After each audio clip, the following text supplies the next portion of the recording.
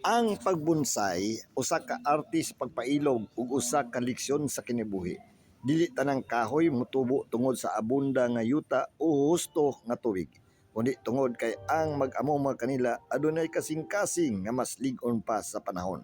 Kung imong tan-awon ang bonsai nga naa sa gamay nga paso, basin makita ra nimo nga usa ka gamay nga kahoy. Limpyo ang mga dahon, baga ang punuan ug ang gamot klaro nga naglabay sama sa mga ugat. Pero basin wala nimo makita nga ang kahoy ni ining bonsai nakasugakod na og daghang ting-uwan og ting-init. Gipangyuko, gipamutlan, gipapahulay o gipabuhi. Balik-balik ang uban nga bonsai mulungtad pa og kapin 30 ka tuig aron lang mamahimong matahom karon.